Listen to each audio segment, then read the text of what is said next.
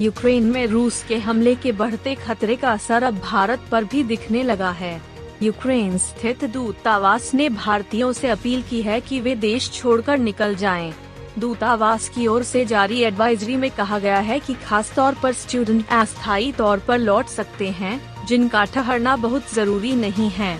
दूतावास की ओर से जारी एडवाइजरी में कहा गया है, यूक्रेन के मौजूदा हालात को देखते हुए भारतीय नागरिक खास तौर पर छात्र अस्थायी रूप से जा सकते हैं, जिनका ठहरना बहुत जरूरी नहीं है।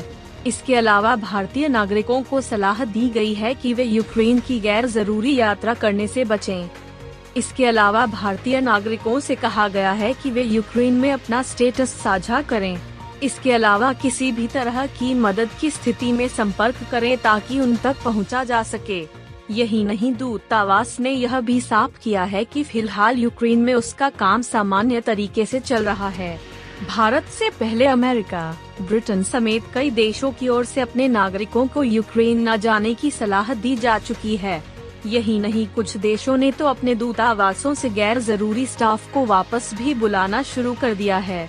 फिलहाल यूक्रेन में युद्ध का संकट मंडरा रहा है और उसने 1 लाख से ज्यादा सैनिकों और बड़े पैमाने पर हथियारों का जमावड़ा कर लिया है। कई सप्ताह से भारतीयों के संपर्क में था दूतावास। भारतीय दूतावास की ओर से बीते कई दिनों से यूक्रेन में रह रहे भारतीयों से संपर्क साधा जा रहा था।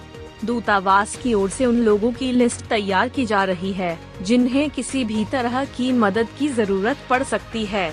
इसी कड़ी में भारतीय दूतावास ने पूरी सावधानी बरतते हुए लोगों से अपील की है कि जरूरी न हो तो वे देश से निकल जाएं। यूक्रेन के टेर्नोपिल में पढ़ाई करने वाले एक छात्र शिवम दुबे ने बताया था, 3 सप्ताह पहले ही भारतीय दूतावास ने हमसे ईमेल पर संपर्क किया था और एक फॉर्म भेजा था।